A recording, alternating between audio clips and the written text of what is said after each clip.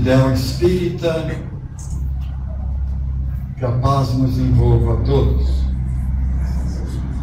Na realidade, eu fiquei com pena do Ailton, porque sentou ali perto de mim, perguntou, eu queria mais ou menos algumas informações, e eu dei as informações, porque eu fiz pior que em Cipó. Em Cipó eu estava no hotel, quando me deram a oportunidade de falar, a Carminha, que é uma pessoa fantástica aqui de Cipó, me deu a oportunidade de vir pela primeira vez, e uma radialista telefona-me para o hotel, onde me ofereceram a estada. E ela disse-me, o senhor é Carlos Rocha? Sim. É o senhor que vai falar aqui no centro? Sim, senhora, com muita alegria. Olha, aqui é fulana de tal, da rádio tal, eu queria que o senhor me fizesse mais ou menos o seu currículo para que a gente pudesse divulgar. Eu digo, pois não, minha filha. Carlos Rocha, expositor espírita, e ela disse, e alguma graduação? Eu digo, tem, minha filha. Ela disse, cara, eu digo, datilógrafo.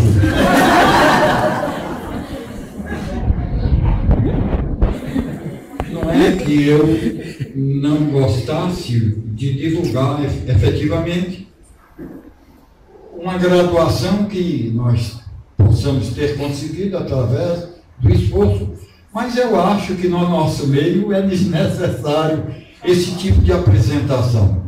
O que mais me honra na doutrina espírita não são os títulos conseguidos na vida, e sim expositor de Jesus. Esse sim, não é.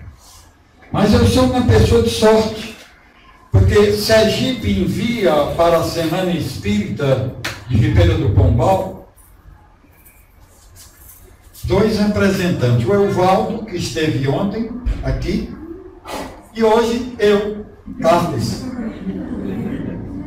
Mas o Evaldo Campos não teve a felicidade de ouvir essa figura maravilhosa aqui do Rodrigo. Eu tive. Olha que coisa diferente.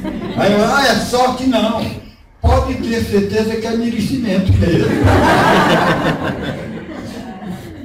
Assisti, inclusive, meu querido Rodrigo, que você não se envaideça do que eu vou lhe informar. Eu sou um expert na área do canto orfeônico. Aliás, vocês nem sabem o que é isso, né? Canto orfeônico, qualquer coisa antiga. E esse rapaz, ele consegue cantar como tenor, como barítono e como baixo. É uma coisa fantástica. Por isso que é fenomenal. Eu espero que ele não se envaideça com isso e continue, querido amigo, dedicando-se à sua bela música. Mas eu não vim aqui para contar a história, não. Eu vim aqui foi para falar sério. Nós vamos falar. Quando criança, nós recebemos de forma bem natural a orientação paterna. A gente fala paterna, óbvio que está incluída a mãe também, né? Quando a gente fala em orientação paterna, é a orientação dos pais. Graças a Deus, quem nos dá orientação não são os pais, são as mães. Porque pai não tem como orientar dentro de um parâmetro que leve à formação de um caráter. É esse o trabalho que a mãe impõe à criança. Olha a palavra que eu usei, impõe. Por quê? Porque é uma imposição efetivamente. É um ensinamento fundamentado numa determinação, numa ordem. Porque ela sabe que aquelas ordens vão formar o caráter do seu filho, que ela almeja, sim, bem situado dentro da sociedade em que se renasceu. É esse o caminho. Primeiro, imposição. Ela impõe o que deve acontecer. E se não houver a anuência ou a concordância, a chibata canta. A gente se lembra disso. A gente lembra. Olhe, não meta o dedo nessa tomada. Aí o nego vem, larga o dedo, leva um choque e uma palmada. Dentro desse aspecto, o que se gerou? Esse estilo de educação que hoje não se usa mais dentro dessa tonalidade. Eu estou falando da minha época, porque muitos aqui, jovens, e a gente fica feliz porque aqui em Pombal há uma frequência jovem maravilhosa. Isso nos anima muito. Porque nós vamos um dia para o outro lado e precisamos deixar os seguidores. As doutrinas espíritas não têm observado esta forma de comportamento. Quando jovem, nós afrouxamos um pouco, por quê? Porque já começamos a raciocinar. Aí muda, inclusive, a técnica educativa. Passa-se a ser suportar mais e observar, sem aquele castigo anterior da palmada e de se forçar. Mas onde os pais obtiveram essa didática? Oriunda das religiões. As religiões implementaram nas famílias, e eu acho isso, não posso fazer crítica, benéfico, a maneira de preparar as crianças, para que mais tarde possam ser conduzidas a uma religiosidade. Tudo isso é muito favorável. Lá, na religião, nós vamos então aprender pela primeira vez, ouvir falar em Deus, que nós não conhecíamos a não ser nos primeiros balbuciar nas orações cristãs. A Ave Maria, que a gente aprende muito pequenininho, o Pai Nosso, que as nossas mães nos ensinam a esse caminho, a orar a Deus, mas nós não temos ideia nenhuma de Deus. Ouvimos falar, mas não sabemos. Efetivamente, na catequese das religiões cristãs, eu só posso falar porque eu lá estive, nós vamos então aprender que é Deus. E eles não perguntam de forma correta, dizem, quem é Deus? Quem é? Deus é o Criador do céu e da terra, nosso Pai. Pronto.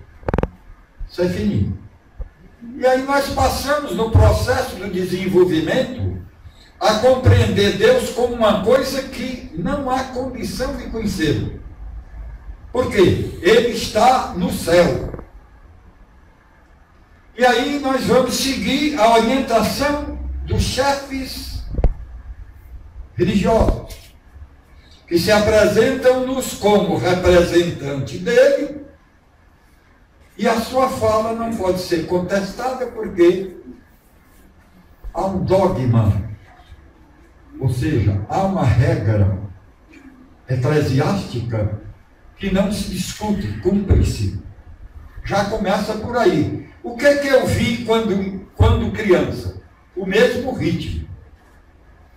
Você faz, você tem que ser assim.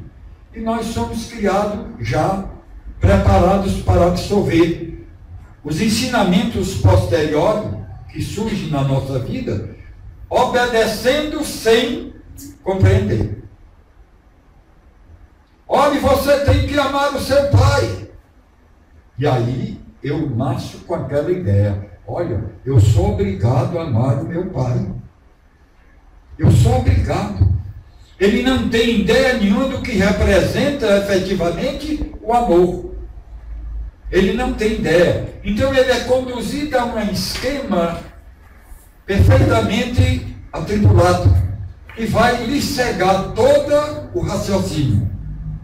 Você não tem direito de pensar, você tem direito de agir. E assim vai a caminhada do ser, desenvolvendo em consonância. Lá, igreja. E apresentam-nos Deus dizendo, Ele é nosso Pai Criador. Isso é finito. Com o processo do desenvolvimento da criatura humana, eu vou querendo aproximar-me de Deus e não consigo. Por quê? Não me apresentaram. Anunciaram-me, não me apresentaram. Lá em Sergipe, eu conheci o Jutaí. Eu conheci o Jutaí pelo nome, mas nunca tinha sido apresentado. Então eu fazia ideia, talvez não muito sincera, do Jutaí, até que eu me apresentava a Jutaí, e aí sim eu pude avaliar que tipo de ser é esse. É o que as religiões deveriam fazer. E fizeram. Por que não prestar homenagem aos primeiros anunciadores de Deus?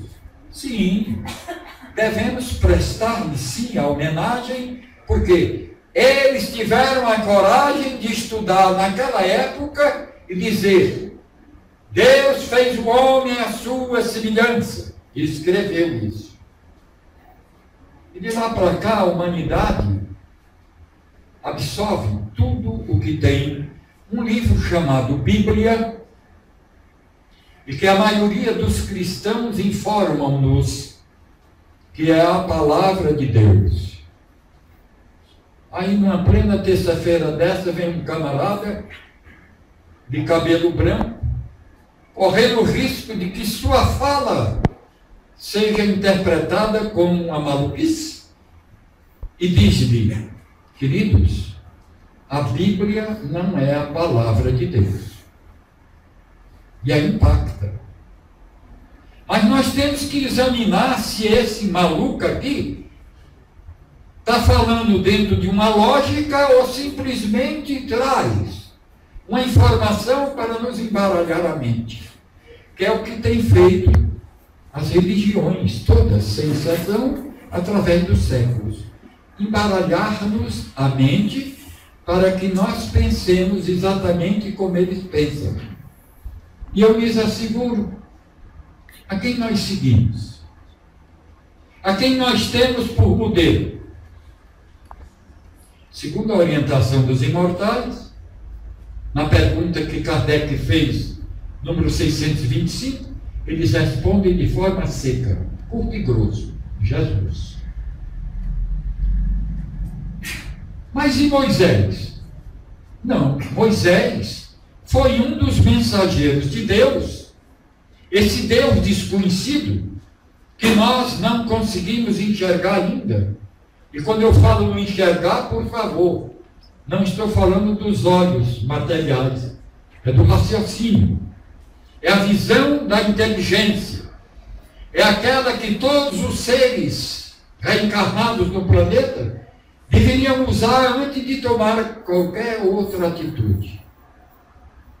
Porque os olhos materiais, os ouvidos materiais, talvez não sejam bons companheiros para que se tome determinações e descubra-se o que os nossos antepassados nos trouxeram. E com certeza, queridos amigos, quando falamos dos nossos antepassados, inclua-se, por favor, os nossos avós, os nossos pais. Não é querendo dizer que ela é idosa, a Dona Maria, a minha querida antepassada, que ensina-me as coisas, apesar de eu ser mais velho do que ela. Que risco corremos? Risco de aprender uma inverdade. Olha que coisa. Risco de passar um período do renascimento atual, que nós estamos renascidos. Não tem ninguém, por mais jovem que seja aqui, não tem ninguém que esteja pela primeira vez aqui neste planeta. Então nós estamos renascendo. E nesse renascimento, que não é o primeiro, nem o segundo, nem será o último, em cada etapa dele eu me aperfeiçoo como que o meu Pai interessa-se que eu aprenda.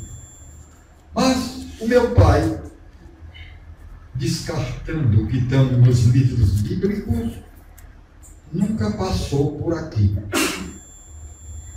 Nunca.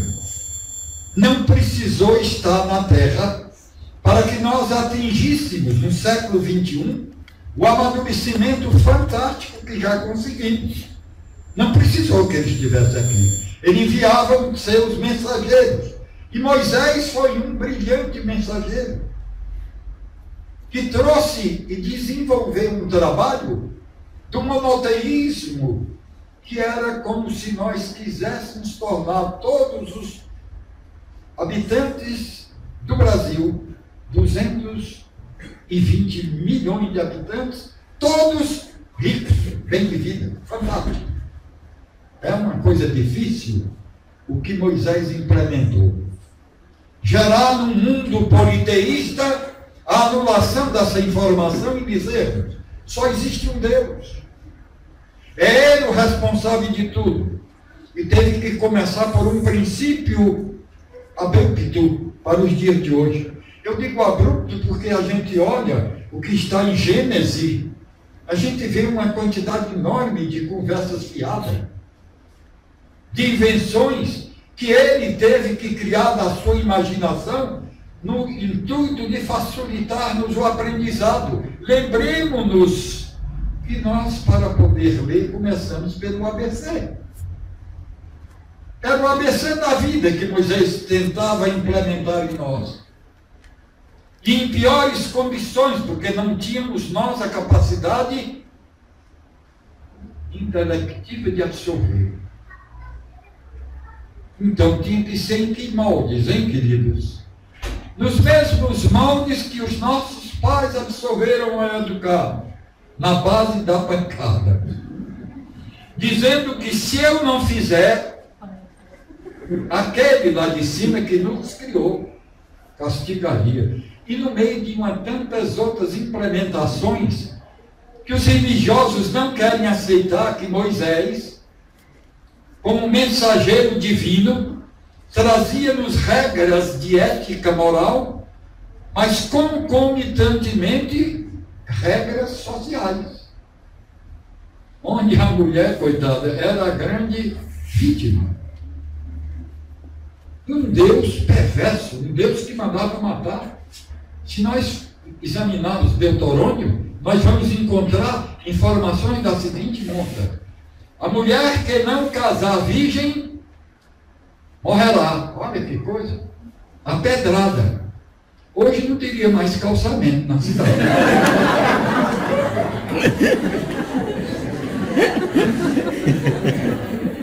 Horror.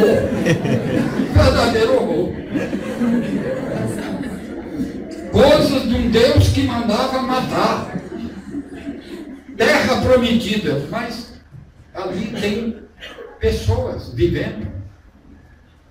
Não, mas Deus mandou matar todo mundo. Olha que coisa esdrúxula. Matar crianças. Davi, criador dos Salmos, mandou matar os netos de Seul. Mandou matar. Era uma pessoa fantástica para escrever poesias.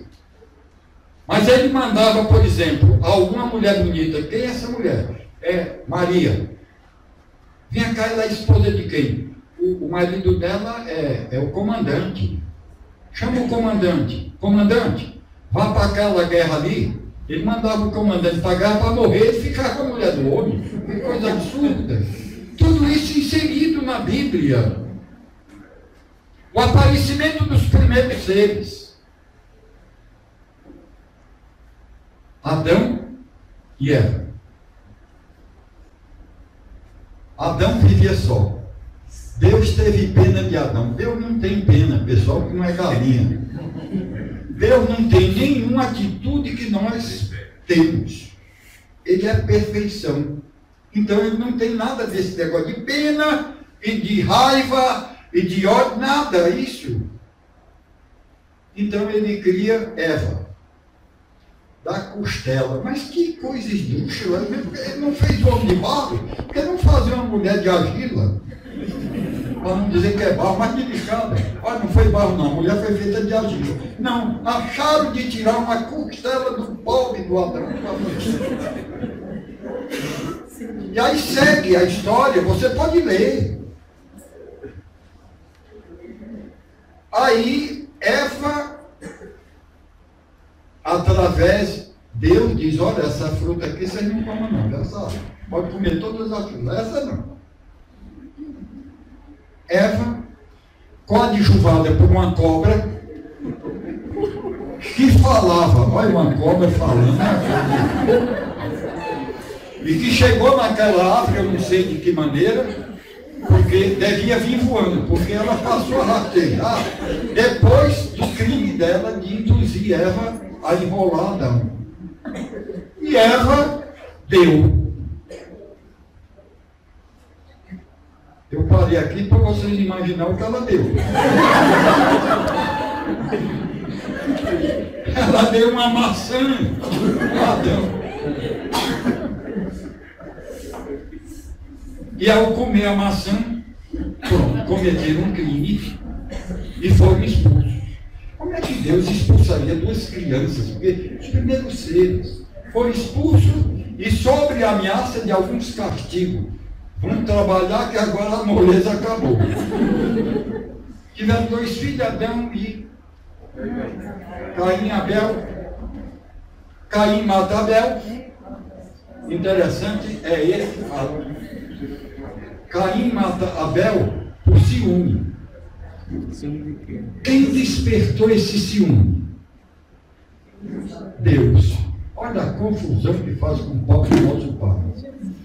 Deus gostava mais da oferta de Abel, que era verdura. Aliás, carneiro. Carneiro. O Abel era criador. E o Adão era verdureiro, plantava verdura. E ele levava a verdura para Deus, Deus, como um grande carnívoro, criou então essa animosidade. Caim mata Abel, está lá, não sou eu que estou dizendo. E depois de matar o Abel, foi expulso por Deus, que marcou ele de uma cruz. Eu vou te marcar aqui, porque ninguém vai te matar, é para tu sofrer. E foi expulso do paraíso e constituiu família. Aí eu lhes pergunto, com quem?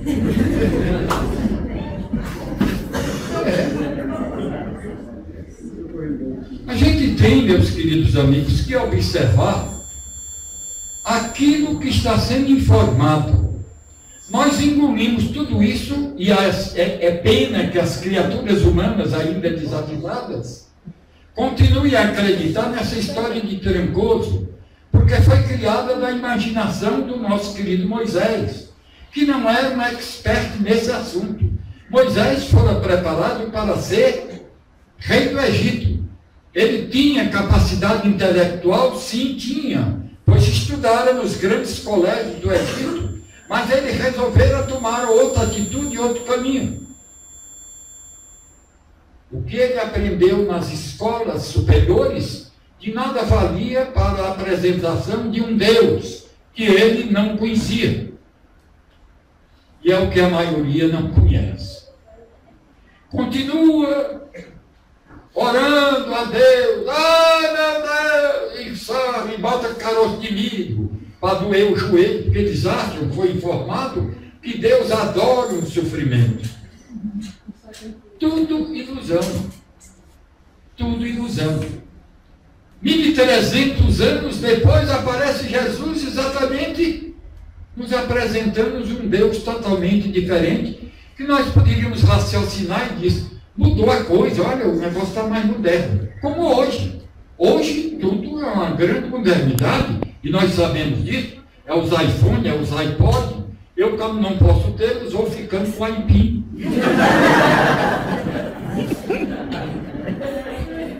E as pessoas não racionam. Olha, o negócio, o progresso é uma coisa fantástica. Há um mês atrás, eu estava numa praça em Aracaju, chamada Governador Valadares, e ia atravessando, quando um pedinte veio e disse, meu velho, me dê uma esmola. Eu digo, oh, meu filho, eu só ando liso, porque eu só ando liso mesmo, eu não pago ônibus, sabe? Então eu saio da minha casa de ônibus por sempre, pego o ônibus, volto de ônibus sem pagar, é uma delícia hoje, velho. E eu disse para ele, meu filho, lamentavelmente eu não tenho, só tenho dinheiro plástico, cartão. Eu pensei que estava dando uma satisfação boa. Ele meteu a mão no bolso, uma máquina. Crédito ou débito? Modernidade, meu Deus. Modernidade. E a maioria das criaturas esquecem-se que estão num mundo dinâmico, em que as informações mesmo de Deus têm que ser renovadas, porque nunca nos apresentaram o nosso Deus. Mas Moisés apresentou, e Deus fez o homem à sua semelhança. Está lá em Gênesis. Sim, a informação dada a Moisés é correta, mas a informação dada exige de nós a interpretação. Nós precisamos compreender as informações que o nosso Pai nos envia através de outros homens que necessitam estarem preparados para trazer para nós, esclarecermos. E quando eu trago uma mensagem dizendo eu sou representante de Deus, óbvio que as pessoas se tremem todas. Vigia, o homem é representante de Deus. Como é que eu vou discutir com ele? Não é o que acontece nos dias de hoje. Hoje sim nós podemos contestar. Pelo contrário, nós devemos contestar as informações trazidas a respeito do nosso Pai. Porque o próprio Jesus, que é o modelo e guia que nós dissemos aqui ser interessante seguir, alertou-nos que nós não devemos acreditar em todos os espíritos. Devemos verificar antes se eles vêm de Deus. Ora, como é que eu vou achar que alguém vem de Deus? Quando ele nos fala em consonância o que Jesus disse. Se for o contrário, por favor, cuidado, que você pode estar recebendo uma informação infrutífera, algo que não vai lhe valer nada no percurso da vida. E que percurso da vida é esse? A imortalidade, meus amigos. Não morremos como foi informado através dos séculos. Olha a morte, as religiões nos preparavam, continuam nos preparando para morrer, quando isso não é um fato existente. A morte não existe. O que sobra então? A vida. É então a vida que eu tenho que compreender. Eu tenho que entender que nós formamos famílias. E que as famílias são as escolas, as classes, onde nós vamos desenvolvendo o que interessa ao Criador. O que interessa ao Criador? A salvação, esqueçam-se, não existe. Várias informações trazidas pelos nossos orientadores do passado não têm fundamento, porque eles esqueceram que o mundo é dinâmico e que tudo o que passa pelo planeta renova-se sempre. As ideias, os comportamentos, a forma de educar, a forma de crer, que não é mais crer, é ter certeza. Porque a doutrina espírita possibilita-nos a ter convicção, porque o crer é muito vago, muito subjetivo. Eu me lembro que numa fila de idosos em banco, aliás, fila de idosos em banco, é uma coisa fantástica para a gente se divertir. Quem quiser, entre em mim. Porque ali tem de tudo, tem todas as histórias, eu já vi coisas horripilantes. E eu entrei em uma vila uma vez e o meu guia, que não é muito, digamos assim, amoroso comigo mesmo. Ele me dá cada cacetada que arrepia. E ele já me disse, olha, tu não te mete na conversa que não é tua. Olha, que conselho. Eu digo, não, sim senhor, eu estou sabendo. Mas a gente escorrega e às vezes entra.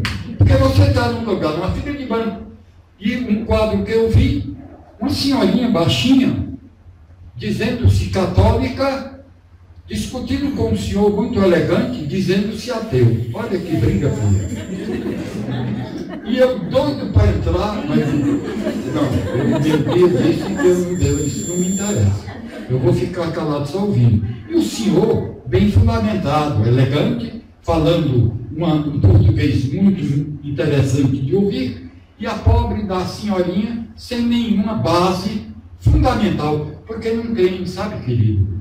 Os nossos irmãos católicos, em questão de religiosidade, eles estão tudo cegos.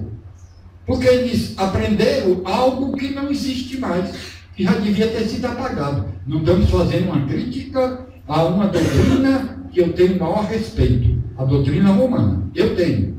Mas eu não gostaria de lá estar. Porque quando lá estive, nada aprendi. Bitolei-me, aos 22 anos, eu vi o Ailton dizer, há 25 anos que é espírita, se fosse. Eu tenho 50. Eu tenho 50 anos de espírita. É o dobro. Mais vale, viu, Ailton? 25. Pelo menos o pessoal diz assim, é mais novinho. E a senhorinha ficava vermelha e branca. Eu digo, vai morrer. Ela não tinha argumento, e o senhor com muito argumento sobre a inexistência de Deus, e ela querendo provar a existência do nosso Pai, sem argumento nenhum, porque lá não dão. E o camarada é como ela, e ela ficava branca e vermelha. Eu digo, vai ter um ataque e vai cair nos meus braços. De repente ela se vira. E o senhor? Eu digo, sim, senhora. E o senhor crê em Deus? Eu digo, não, senhora. Aí ela ficou mais branca. Porque eu respondi automaticamente. O senhor crê em Deus? Eu digo, não, senhora. Qual é a sua religião? Sou espírita, senhor. E lá não crê em Deus? Não, senhora. Lá nós temos certeza que ele existe. Óbvio que não saiu da minha cabecinha burra aí. Foi alguma luz espiritual que deu uma resposta clássica. Ela, coitada, talvez não tenha nem entendido. Mas ficou a mensagem para mim que devo acabar com a palavra crer. Nós não necessitamos de crer. Nós necessitamos de ter certeza. E essa doutrina nos dá essa condição. Modificando tudo que foi apresentado através dos séculos. Todos, sem exceção, antes do Cristo, erraram. Quem acertou? Jesus. Porque se nos apresenta um Deus, não homem. Porque explica.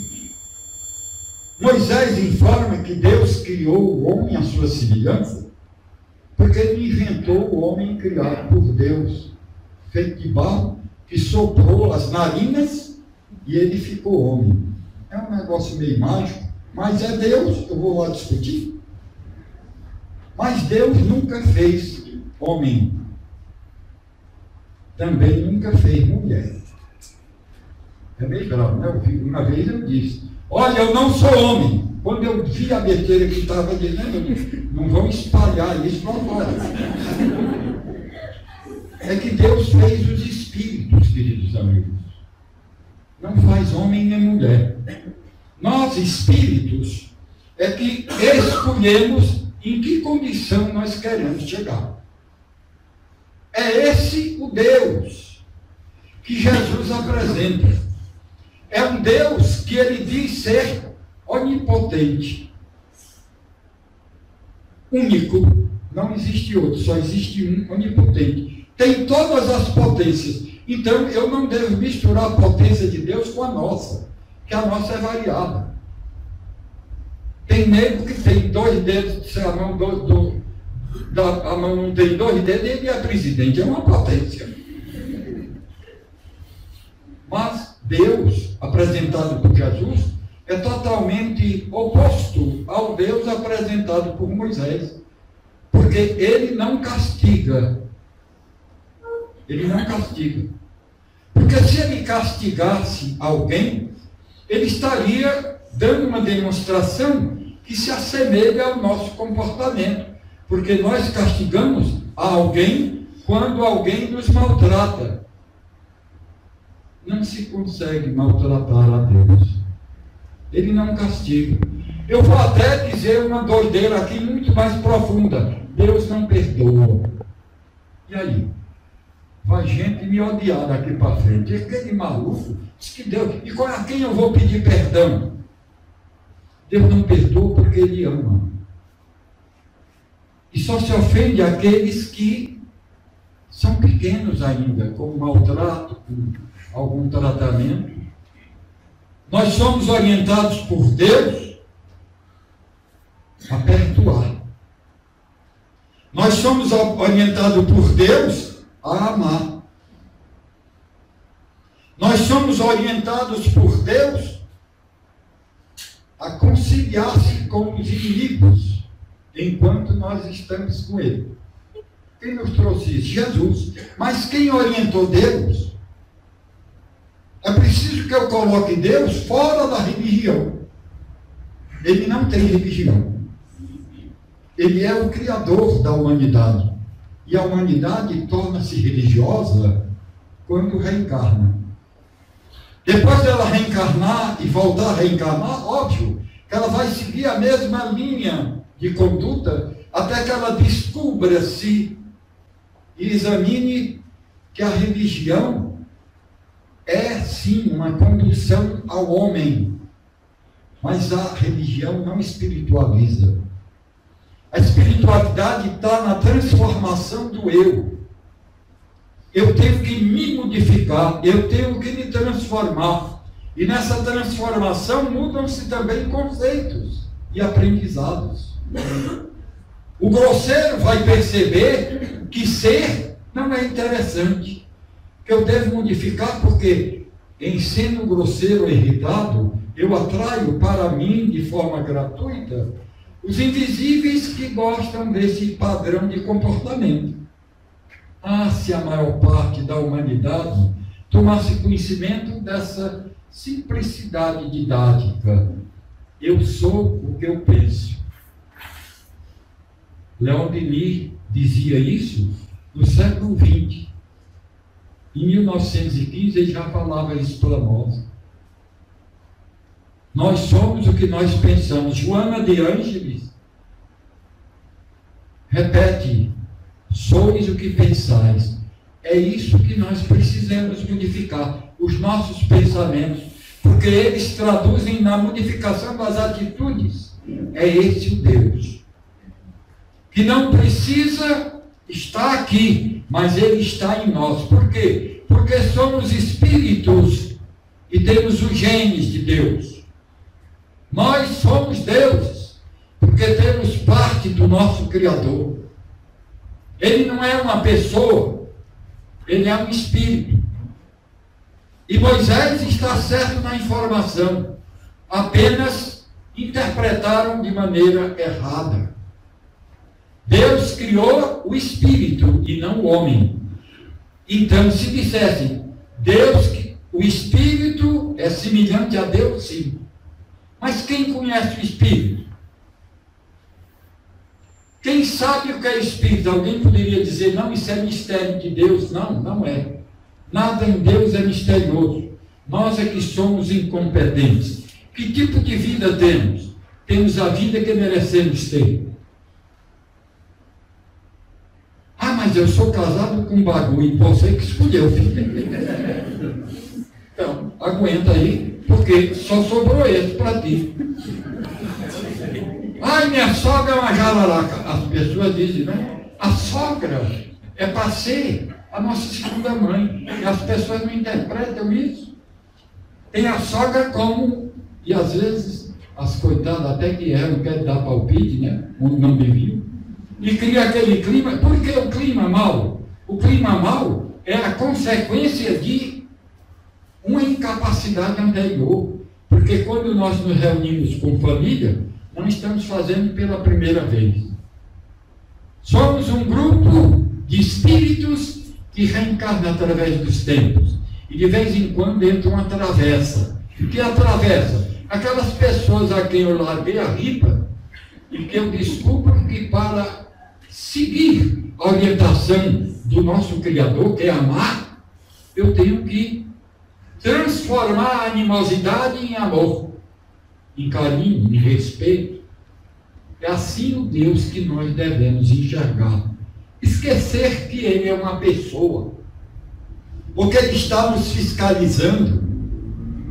Deus não interfere na nossa vida. Ele nos criou todos idênticos, simples e ignorantes, para que possamos, sim, desta feita, entender a diferenciação entre seres. Por que Albert Einstein chega aqui no século XX e revela-se a maior ciência do século XX? Porque ele preparou-se para isso. Ele nasceu não sei quantos milênios antes de nós, e Deus, na sua capacidade de entender que o ser humano precisa de avanço tecnológico, envia de vez em quando os grandes líderes, os grandes mestres. Por exemplo, Rodrigo, houve uma época que grandes mestres da música para que aportaram. Chopin, Beethoven e tantos outros, Mozart, tudo mais ou menos na mesma época, para trazer o desenvolvimento natural da música que faz parte da nossa vida. Grambel traz o telefone, que hoje é o WhatsApp. Eu até hoje vim com a camisa nova, e eu estava sentado ali e ouvi. Eu disse, rapaz, será que tem alguém assoviando para mim? Era o telefone, eu nem sabia que o bicho assovia. São as coisas da modernidade. O telefone antigo, Grambel, era um sucesso. Mas era um bicho preto que pesava 3 quilos só a mão. Se você fosse com pressa atender o telefone e ele caísse no calo seco, meu Deus. E eu tinha uma adoração por atender telefone.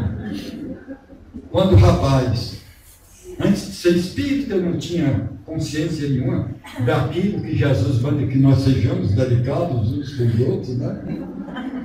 E aí o telefone tocou, eu digo, sim. Ela diz, alô? Eu digo, alô? Aí a senhora disse, tem alguém em casa? Olha que pergunta. Eu digo, não tem ninguém em casa. E ela disse, quem é que está falando? Eu digo, o rádio. Veja a diferença que nós, no passado, que não tínhamos uma orientação divina para mostrar que nós somos seres imortais e que necessitamos, sim, queridos irmãos, aperfeiçoarmos, é só isso. Ninguém precisa salvar-se. Não existe essa salvação informada. A vida é composta de princípio e não tem mais fim. Não tem mais fim. Então, se alguém diz a vida é curta, cuidado, você está informando desta vida. E essa vida é muito pequena em relação ao que nós temos à nossa disposição. Uma quantidade enorme de ensinamentos, mas que eles sejam racionais. Aqueles ensinamentos em que o meu raciocínio diz, não, agora tem lógica. Agora tem lógica. Agora eu posso acreditar na justiça divina, que não maltrata, que não julga. Não tem um tal de julgamento final? Não vai existir, queridos. É tudo balela. É tudo conversa para boi dormir. O juízo final se dá quando eu desencarno. É o juízo final sobre esta temporada. Eu vou me julgar, não é Deus. Deus nem isso faz. Não julga. Coloca alguns ministros para dizer, meu filho, você deveria ter feito e não fez. Mas nós vamos prepará-lo para voltar e você complementa aquilo que deixou de ser feito. Olha que coisa maravilhosa. Todos nós teremos a oportunidade, sim, de ser as grandes expressões na espiritualidade. Habitar em mundos regenerados, em mundos felizes, em mundos puros, perfeitos, onde eu não precisarei mais de um corpo. Este é o Deus que nós precisamos conhecer. E o homem fica na busca do Deus cósmico. Se eu não conseguir nem conhecer o Deus da Terra, que diabo é que eu vou procurar esse cidadão no cosmos? Não há crítica ao tema. Não é uma crítica, é um alerta. Nós não necessitamos do Deus cósmico. Nós necessitamos do Deus nosso Pai. aquele que tem a bondade de nos criar, dando-nos a oportunidade de vivenciar uma sequência de vidas onde vai ser-me possível aprender os seus ensinamentos, desta feitas trazido dentro de uma cristalinidade perfeita, onde eu posso compreender. Não podia antes, eu não tinha a intelectualidade que tenho hoje, mas hoje sim, século XXI, o século da razão, eu posso entender o papel de Jesus incompreendido através dos milênios, porque não o compreende ainda hoje. Mas nós, espíritas, temos sim a capacidade de fazê-lo, porque nós temos à nossa disposição uma obra fantástica que nos mostra o grande valor que representa, por exemplo, a família dentro desse contexto.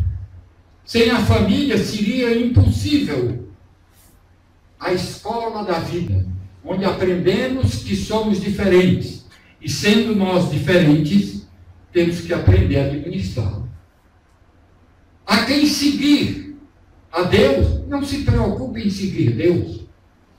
Deus mandou-nos o maior emissário que passou aqui pela terra, sem querer desprezar os tantos outros que também fizeram esse trabalho. Deus mandou-nos Jesus, é o suficiente. E Ele não exige muito de nós, queridos irmãos. Ele apenas solicita, se possível, espíritas, amai-vos, espíritas instruídos. Muita paz.